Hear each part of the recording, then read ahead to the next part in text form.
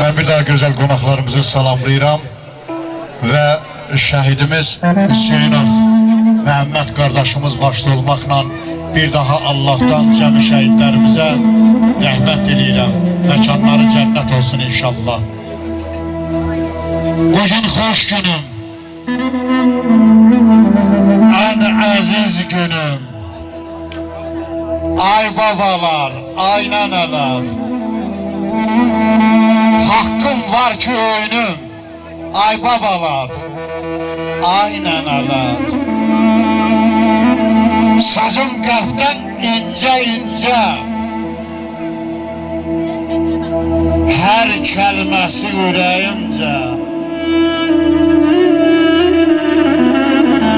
Hoş günüme gelince, ay babalar, ay neneler, Allah sizleri var eləsin. Bugün baba, nene sevinci, yaşayan varlıklar var. Ben o güzel varlıklardan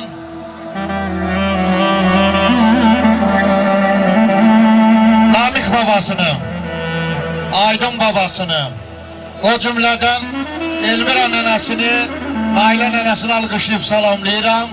Bu güzel babalara, güzel nenelere hoş geldin deyirəm. Gözünüz aydın olsun. Buyursunlar musikili meydanımıza.